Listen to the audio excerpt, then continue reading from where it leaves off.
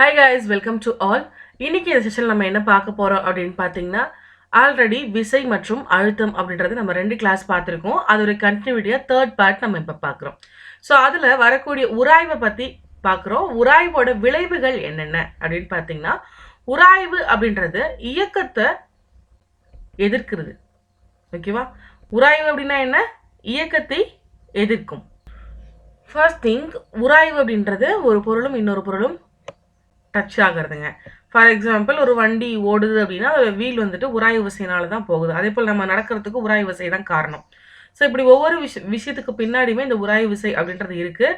இந்த உராய்வு விசையினால் ஏற்படக்கூடிய விளைவுகள் அப்படின்னு பார்த்தீங்கன்னா அதுதான் நம்ம என்ன சொன்னோம், இயக்கத்தை எதிர்க்கிறது. இயல்பாக நடக்கக்கூடிய ஒரு விஷயத்தை எதிர்க்கும்.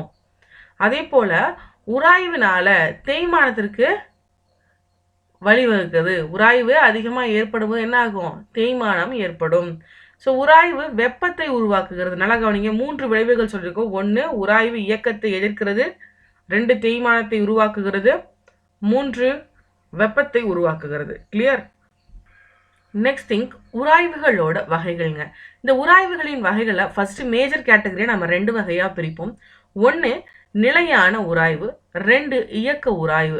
இந்த நிலையான உராய்வு அப்படின்றது ஓய்வு நிலையில இருக்கக்கூடிய ஒரு பொருளால் உணரப்படக்கூடியது தான் இந்த நிலையான உராய்வு. ஒரு உதாரணம் அப்படின்னு எடுத்தீங்கன்னா, பூமியில நிலையா இருக்கக்கூடிய பொருட்கள் நிலையான இடத்தை பெற்றிருக்கு. அதுவுமே ஸ்டேபிளா ஒரு இடத்துல இருக்கு இல்லையா? பட் ஆனால் டச்சிங் ப்ராசஸ் நடக்குது. ஸோ அதுதான் என்ன சொல்றோம், நிலையான உராய்வு அப்படின்னு சொல்றது. அடுத்து கவனிங்க, இயக்க உராய்வு அப்படின்றது செகண்ட் கேட்டகரி. இந்த செகண்ட் கேட்டகரி இன்னும் 2 வகையாக பிரிக்கிறோம். 1 நழுவு உராய்வு, மற்றொன்று உருளும் உராய்வு. ஓகே, நல்லா கவனிங்க. ஃபர்ஸ்ட் உராய்வு அப்படின்றது நிலையான உராய்வு, இயக்க உராய்வுன்னு 2ஆக பிரிக்கிறோம். இந்த இயக்க உராய்வை 2 வகையாக பிரிக்கிறோம். 1 நழுவு, மற்றொன்று உருளும். ஸோ இந்த நழுவு உராய்வு அப்படிங்கிறது ஒரு பொருள் மற்றொரு பொருளோட மேற்பரப்பில் நழுவக்கூடியது. ஓகே, நழுவும் போது உருவாகக்கூடியது தான் இந்த நழுவு உராய்வு. அடுத்து நழுவு உராய்வுனா என்னன்னு தெரிஞ்சுதுங்களா? நழுவு உராய்வுன்றது ஒரு பொருள் இன்னொரு பொருள் மேல நழுவி போகும்போது உருவாகக்கூடிய உராய்வு. அடுத்து உருளும் உராய்வு அப்படின்றது ஒரு பொருள் மற்றொரு பொருளோட மேற்பரப்புல உருளக்கூடியது. ஓகே, நழுவலுக்கும் உருளுக்கும் வித்தியாசம் தெரிஞ்சுக்கோங்க. நழுவல்னா டக்குன்னு வழுக்கி போறதுன்னு சொல்லுவோம். அது உருளல் அப்படின்னா ரொட்டேட் ஆகி போகிறது. தற்செயலாக ஏதாவது ஒரு பால் கூட ரொட்டேட் ஆகுதுன்னா அது என்ன ஆகும்? உராய்வு விசையின் காரணமாக ஒரு பொருள் அதாவது ஒரு கிரவுண்டில் அந்த மேற்பரப்பில் உருண்டு போகும். இந்த மாதிரி தான் இந்த உராய்வு விசையை நம்ம தெரிஞ்சுக்கணும். அதாவது எக்ஸாம்பிள்ஸுங்க. ஸோ அடுத்தது கவனிங்க, உருளக்கூடிய உராய்வு நழுவு உராய்வை விட ரொம்ப குறைஞ்சு தான் இருக்கும். உராய்வு எதில் அதிகமாக இருக்கும்? அதாவது நழுவு உராய்வுனா என்னன்னு சொல்லிட்டோம், உருளும் உராய்வுனா என்னன்னு சொல்லியாச்சு. இந்த உருளும் உராய்வில் நழுவு எப்படி இருக்கும்? உருளும் உராய்வுலையும் நழுவு உராய்வுலையும் எதில் உராய்வு அதிகமாக இருக்கும் அப்படின்னு பார்த்தீங்கன்னா, உருளும் உராய்வை விட நழுவு உராய்வில் உராய்வு அதிகமாக இருக்காது, குறைந்து காணப்படும். ஓகே, ஸோ இதன் காரணமாக தான் வாகனங்கள் மற்றும் வண்டிகளில் பார்த்தோன்னா என்ன பண்ணுறோம், உருளும் உராய்வு அப்படின்றது பயன்படுத்துகிறோம். கிளியர்? அடுத்த விஷயம், இந்த உராய்வை பாதிக்கக்கூடிய காரணிகள் என்னென்ன? உராய்வை பாதிக்கக்கூடிய காரணிகள் என்னென்ன? ஸோ கவனிங்க, நிறை அப்படின்றது இது ஒரு காரணியா சொல்லலாம். பொருளோட நிறை அப்படின்றது அதிகரிச்சா உராய்வோட விசையும் அதிகரிக்கும். கவனிங்க, உராய்வை பாதிக்கக்கூடிய காரணிகள்ல மிக முக்கியமான ஒன்று நிறை. ஃபர்ஸ்ட் ஒன்று. எப்படி இந்த நிறை பாதிக்குது அப்படின்னு பார்த்தோன்னா, பொருளோட நிறை அதிகரிக்கும் போது உராய்வு விசையும் அதிகரிக்கும். ஓகே, அடுத்தது கவனிங்க, இன்னொரு காரணம் என்ன அப்படின்னா தொடுபரப்பு. உராய்வை பாதிக்கக்கூடிய காரணிகள் நிறை மற்றும் தொடுபரப்பு. இந்த தொடுபரப்பு ஏன் இது காரணமாக இருக்கு அப்படின்னு பார்த்தீங்கன்னா, சொரசொரப்பான பரப்பு இருக்கும், வளவழப்பான பரப்பு இருக்கும்.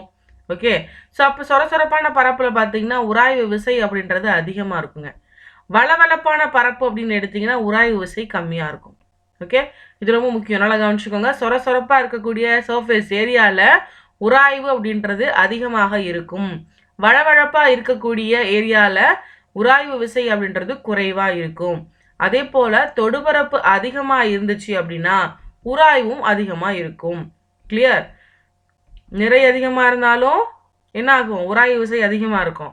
தொடுபரப்பு அதிகமாக இருந்தாலும் உராய்வு விசை அதிகமாக இருக்கும். சொரசொரப்பான பரப்பு அப்படின்னா உராய்வு விசை அதிகமாக இருக்கும். வழவழப்பான பரப்புனா உராய்வு விசை கம்மியாக இருக்கும். இது எல்லாமே பாதிக்கக்கூடிய காரணிகள். சரி, இந்த உராய்வை சில இடங்கள்ல எனக்கு கம்மியாக இருக்குது, இதை அதிகப்படுத்தணும் அப்படின்னா என்ன பண்ணணும் அப்படின்றது கவனிங்க. காலணிகளோட அடிப்பகுதியில் மேடுகள், சின்ன சின்ன மேடு இருக்க மாதிரி ஒரு கிரிப்பு கொண்டு வந்துட்டா உராய்வு அப்படிங்கிறது அதிகமாக இருக்கும். பள்ளங்கள் இருப்பதால் தான் உராய்வு அதிகரித்து தரையோடு நல்லா பிடிக்க செய்கிறது.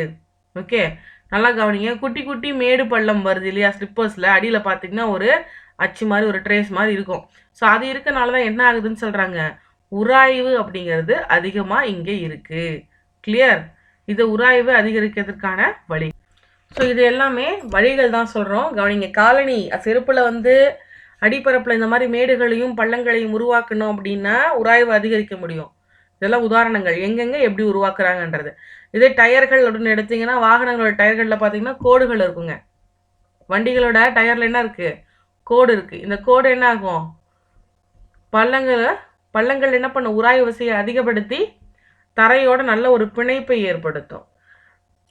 சரி, ஒரு வளவளப்பான பகுதி இருக்குது, வளவளப்பான தரை பகுதி இருக்குது. இங்கே எப்படி நான் உராய்வு விசையை அதிகப்படுத்தலாம் அப்படின்னு பார்த்தீங்கன்னா மணல் மற்றும் தூளாக்கப்பட்ட கற்களை தூவுவதன் மூலமாக உராய்வு விசையை அதிகப்படுத்தலாம். ஓகே, நல்லா கவனிங்க. 3 விஷயம் சொல்லியிருக்கேன்ப்பா, உராய்வை அதிகரிப்பதற்கான வழிகள். எக்ஸாம்பிள் தான் இதெல்லாமே. இப்போ செருப்பில் நான் உராய்வை அதிகப்படுத்தணும் அப்படின்னா அடியில் மேடு பள்ளங்களை உருவாக்கணும் அப்படின்னா எனக்கு அங்கே உராய்வு விசை அதிகரிக்கும், தரையோடு நல்ல ஒரு பிடிமானம் இருக்கும். 2, டயர்கள் வாகனங்கள் எடுத்திங்கன்னா அதில் போடக்கூடிய கோடுகள், அதில் இருக்கக்கூடிய கோடுகள் என்ன ஆகும், பள்ளங்களில் உராய்வு விசையை அதிகப்படுத்தும், வாகனங்கள் தரையோடு நல்லா பிணைப்பை ஏற்படுத்தும் வாகனங்களுக்கு. அடுத்ததாக வழவழப்பான தரையில் எப்படி வந்துட்டு உராய்வு விசையை அதிகப்படுத்தலாம் அப்படின்னா மணல் மற்றும் தூளாக்கப்பட்ட கற்களை தூவுறதுனால இந்த இடங்களில் நம்மளால் உராய்வை அதிகப்படுத்த முடியும். சரி, எப்படி உராய்வை குறைக்கலாம் அப்படின்றத பற்றி பார்ப்போம் அடுத்து. இதில் ஃபர்ஸ்ட் ஒன் என்ன அப்படின்னு பார்த்தீங்கன்னா, உராய்வை குறைக்கணும் அப்படின்னா என்ன பண்ணலாம், உயவு பொருட்களை பயன்படுத்தலாம். சரி, இந்த உயவு பொருள்னா என்ன? உதாரணம் பாருங்க, கிரீஸ் மற்றும் எண்ணெய் பொருட்கள். ஓகே, கிராஃபைட், விளக்கெண்ணெய், தேங்காய் எண்ணெய் இதெல்லாமே உயவு பொருளாக பயன்படுத்துகிறாங்க. சரியா? உராய்வை குறைப்பதற்கு என்ன பண்ண முடியும்னா உயவு பொருட்கள் பயன்படுத்தலாம் கண்ணு. ஸோ அந்த உயவு பொருட்கள்னா என்ன அப்படின்னு பார்த்தீங்கன்னா கிரீஸ், தேங்காய் எண்ணெய், கிராஃபைட், விளக்கெண்ணெய் இது போன்ற பொருட்களை உயவு பொருளாக சொல்லலாம். ஓகே, கவனிங்க, உராய்வை குறைக்கிறதுக்காக இது பயன்படுத்தப்படுதுன்னு சொன்னோம். சின்ன சின்ன இயந்திரங்களில் எண்ணெய்களை பயன்படுத்தணும். இதே பெரிய பெரிய இயந்திரங்கள் அப்படின்னா நம்ம கிரீஸ் பயன்படுத்துவோம். சின்ன இயந்திரங்களும் சில இடங்களில் நம்ம கிரீஸ் பயன்படுத்துவோம். ஸோ ஜஸ்ட் தெரிஞ்சு வச்சுக்கோங்க. அடுத்து சக்கரங்களை என்ன பண்ணுறோம், சக்கரங்களையும் உருண்டை தாங்கிகளையும் பயன்படுத்துறதுனால நம்மளால உராய்வை இன்னும் கொஞ்சம் குறைக்க முடியும். கிளியர்? ஸோ அடுத்ததாக பார்க்கக்கூடியது ஒரு முக்கியமான கான்செப்ட்மா நெம்புகோல். இந்த நெம்புகோல் அப்படின்ற விஷயத்தை கண்டுபிடிச்சவர், அந்த தத்துவத்தை கண்டுபிடிச்சவர் யார்? நெம்புகோல் தத்துவம் அப்படின்னு பார்த்தீங்கன்னா ஆர்க்கிமிடிஸ் அவர்கள். ஆல்ரெடி ஆர்க்கிமிடிஸ் என்ன கண்டுபிடிச்சாருன்னு சொன்னேன் லாஸ்ட் கிளாஸில். ஸோ அது ஆன்சர் தெரிஞ்சவங்க கமெண்ட் பண்ணுங்கள். ஒரு தத்துவம் ஒன்று சொல்லியிருப்பாரு, அந்த தத்துவம் பற்றி சொல்லுங்கள். ஓகே, கவனிங்க. அடுத்து நெம்புகோல் தத்துவத்தை கண்டுபிடிச்சது ஆர்க்கிமிடிஸ் அவர்கள். இந்த நெம்புகோல் தத்துவம் என்ன அப்படின்னு பார்த்தோன்னா பலு இன்டு பலுபுயம் இஸ் ஈக்குவல் டு திறன் இன்டு திறன் புயம். ஓகே, பலு அப்படின்னா அந்த வெயிட் இருக்கக்கூடிய புயம், சென்டர் ஃபோர்ஸ். அதே போல் திறன் அப்படிங்கிறது நீங்கள் நெம்புகோல் தத்துவத்தில் பயன்படுத்துகிறோம் இல்லையா, அதை மூவ் பண்ணுறதுக்கோ இல்லை எடுக்கிறதுக்கோ. ஸோ திறன் இன்டு திறன் புயம், இதுதாங்க நெம்புகோல் தத்துவத்துக்கான ஃபார்முலா. நெம்புகோல் தத்துவம், இந்த நெம்புகோல் அப்படிங்கிறது வகைகளாக பிரிக்கப்படுது. 1ஆம் வகை நெம்புகோல், 2ஆம் வகை நெம்புகோல், 3ஆம் வகை நெம்புகோல். இந்த முதல் வகை நெம்புகோல் அப்படின்னு பார்த்தீங்கன்னா பலுவிற்கும் திறனுக்கும் இடையில் தாங்குதனம் இருக்கும். என்ன இது பலு திறன், இதுக்கிடையில தாங்குதனம் இருக்கும். ஓகே, அப்படின்னு பார்த்தீங்கன்னா ஒரு பொருள் நம்ம கட் பண்ண போகிறோம் அப்படின்னு வச்சுக்கோங்க. ஒரு பேப்பர் எடுத்து வைக்கிறீங்க, இல்லை ஒரு கார்டு எடுத்து வைக்கிறீங்க அப்படின்னா அதுக்கு மேலே சிசரை வைப்போமா? ஓகே, திறன் இருக்கும். பலு அப்படிங்கிறது அந்த பொருள் என்ன பொருளோ அதுதான். ஸோ சென்டரில் இருக்குது, அதுக்கு நடுவில் அந்த தாங்குதனம் இருக்குது இடையில. உதாரணம் அப்படின்னு பார்த்தீங்கன்னா கத்திரிக்கோள்கள், பாத்திர இடுக்கிகள் அண்ட் சீசா, ஸ்டீல்ராய்டு இயந்திரங்கள், எடை போடக்கூடிய மிஷன்ஸ். ஸோ இது எல்லாமே எதில் வரும் அப்படின்னு பார்த்தீங்கன்னா இந்த நெம்புகோலோட முதல் வகையில் வரும். இரண்டாம் வகை அப்படின்னு பார்த்தீங்கன்னா திறனுக்கும் தாங்குதானத்துக்கும் இடையில பளு வரும். நல்லா கவனி. பளுவிற்கும் திறனுக்கும் இடையில தாங்குதனம் அமைஞ்சது அப்படின்னா அது முதல் வகை. ஓகே. அதே திறனுக்கும் தாங்குதானத்துக்கும் நடுவுல பளு அமையுது அப்படின்னா அது இரண்டாம் வகை நெம்புகோல். அதுக்கு ஒரு உதாரணம் அப்படின்னு பார்த்தீங்கன்னா ஒற்றை சக்கர வண்டிகள், பாக்கு வெட்டிகள், ஓகே, திறப்பான்கள், இதெல்லாம் இரண்டாம் வகை நெம்புகோல் அப்படின்னு சொல்லுவோம். அடுத்ததா மூன்றாம் வகை நெம்புகோல். இதுல பளுவிற்கும் தாங்குதனத்திற்கும் இடையில திறன் அமையும். சரியா? இது மூணுக்கும் டிஃபரன்ஸ் தெளிவா தெரிஞ்சுக்கணும். இது முக்கியங்க. அப்படி அமையிறது என்னென்ன அப்படின்னு பார்த்தீங்கன்னா அப்பள இடுக்கி, துடைப்பம், மீன் தூண்டில், மண்வாரி, இதெல்லாம் மூன்றாம் வகை நெம்புகோல்ல வரும். ஓகே. இதெல்லாம் டவுட் இருக்காப்பா? இப்போ பார்த்த வரைக்கும் டவுட் இருக்கா? ஓகே. ஸோ உராய்வை குறைக்கிறதுக்கு பொருளின் வடிவமைப்பை மாத்துறது அப்படின்றதுக்கான முறை என்ன அப்படின்னு பார்த்தீங்கன்னா வரி சீர் அமைப்பு முறை அப்படின்னு சொல்லுவோம். உராய்வை குறைப்பதற்கு பயன்படுத்தக்கூடிய வடிவ மாற்று அமைப்பின் பேர் என்ன அப்படின்னா வரி சீர் அமைப்பு. அதே போல பொருட்களோட எடை முழுவதும் செயல்படக்கூடிய புள்ளியை என்ன சொல்லுவோம் அப்படின்னா ஈர்ப்பு மையம். ஓகே. பொருளோட எடை முழுவதும் செயல்படக்கூடிய புள்ளி எது? அந்த புள்ளியை நம்ம ஈர்ப்பு மையம் அப்படின்னு சொல்லுவோம். இந்த ஈர்ப்பு மையம் பொருளின் வடிவம் அல்லது பருமனை சார்ந்து இருக்கும். நல்லா கவனிப்பா. 3 கான்செப்ட் சொல்லிட்டு இருக்கேன், கவனிங்க. 1, உராய்வை குறைக்கிறதுக்கு பயன்படுத்தக்கூடிய வடிவ மாற்றம் அப்படிங்கிறது வரி சீரமைப்புன்னு சொல்லுவோம்.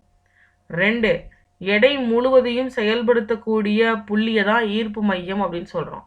இந்த ஈர்ப்பு மையம் அப்படிங்கிறது பொருளோட வடிவம் மற்றும் பொருளின் பருமனை சார்ந்ததாக இருக்கும். அதாவது வெயிட் சார்ந்ததாக இருக்கும், ஸ்ட்ரக்சரை சார்ந்ததாக இருக்கும். பொருளோட ஈர்ப்பு மையம் அப்படிங்கிறது அதோட நிலைப்புத்தன்மையை தீர்மானிக்குது. அது நிலையாக நிற்கணுமா இல்லை உருளணுமா, என்ன மாதிரியான ஸ்டேபிலிட்டியில் அது இருக்கணும் அப்படிங்கிறத தீர்மானிக்கிறது எது? ஈர்ப்பு மையம். கிளியர்? சரி. ஒரு பொருள் நிலைத்தன்மையை பெறணும் அப்படின்னா அதுக்கு என்ன நிபந்தனைகள்? ஓகே. நிலைத்தன்மையை பெறணும்னா அதுக்கு நிபந்தனை என்ன? அந்த பொருளோட அடிப்பரப்பு அப்படின்றது நல்லா அகன்று இருக்கணும். Okay, first one.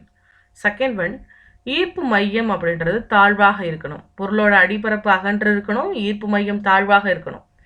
அடுத்து ஈர்ப்பு மையத்திலிருந்து வரையப்படக்கூடிய செங்குத்து கோடுகள் அதோட அடிப்பரப்பு வழியா செல்லணும். ஓகேவா? ஈர்ப்பு மையத்திலிருந்து வரையப்படக்கூடிய செங்குத்து கோடுகள் அதன் அடிப்பரப்பு வழியா செல்லணும். கிளியர்? கவனிங்க. எடுத்துக்காட்டு அப்படின்னு பார்த்தீங்கன்னா ஓட்டப்பந்தயக்காரர் அண்ட் தஞ்சாவூர் பொம்மை, பைசா நகரத்து சாய் கோபுரம், இது எல்லாமே உதாரணமாக சொல்லலாம் பொருளோட நிலைப்புத்தன்மைக்கு. ஓகே. ஸோ அதில் என்னெல்லாம் பண்ணால் நிலையாக இருக்கும் அப்படிங்கிறத நம்ம இந்த 3 விஷயங்கள் சொல்லியிருக்கோம். இந்த 3 விஷயங்கள் எப்படி இந்த சிங்க்ரோனைஸ் ஆகுது அப்படின்னு பார்த்தீங்கன்னா கவனிங்க. இந்த ஓட்டப்பந்தயக்காரர் ஓடும்போது ஒரு அகன்ற அடிப்பரப்பு இருக்கும், அதே போல் ஈர்ப்பு மையம் தாழ்வாக இருக்கும். அதனால் இங்கே இந்த ஓட்டப்பந்தயக்காரர் நிலையாக இருக்க முடியும். 2, தஞ்சாவூர் பொம்மை அப்படின்னு எடுத்திங்கன்னா ஈர்ப்பு மையம் தாழ்வாக இருக்கும், அதே போல் ஈர்ப்பு மையத்துலேருந்து வரையப்படக்கூடிய செங்குத்து கோடு அதோட அடிப்பரப்பின் வழியாக செல்லும். ஓகே. அடுத்து இந்த பைசா நகரத்து சாய் கோபுரம் அப்படிங்கிறது இந்த 3வது பாயிண்ட்டை மட்டும் சாக்ரிஃபைஸ் பண்ணோம். ஈர்ப்பு மையத்திலேருந்து வரையப்படக்கூடிய செங்குத்து கோடுகள் அதன் அடிப்பரப்பு வழியாக செல்லும். கிளியர்? ஸோ இதுதான்மா முக்கியமான கான்செப்ட் எல்லாம் நம்ம பார்த்தாச்சு. எதில் அப்படின்னு பார்த்தீங்கன்னா விசை மற்றும் அழுத்தத்தில் பார்த்துருக்கோம். உங்களுக்கு இது ரிலவெண்ட்டாக டவுட் இருக்குது அப்படின்னா கமெண்ட் பண்ணுங்கள். அரல்ஸ் கிளாஸ் ஜாயின் பண்ணணும் இல்லை டெஸ்ட் பேட்ச் ஜாயின் பண்ணோம் அப்படின்னா நம்மளோட டிஸ்கிரிப்ஷனை விசிட் பண்ணுங்கள். நம்ம அகாடமியில் ஆன்லைன் கிளாஸஸ் போயிட்டுருக்கு, ஆஃப்லைன் கிளாஸஸ் போயிட்டுருக்கு, ப்ளஸ் டெஸ்ட் சீரீஸ் அவைலபிளாக இருக்குது. தேவைப்படுறவங்க அசஸ் பண்ணிக்கோங்க. தேங்க்யூ ஃபார் வாட்சிங்.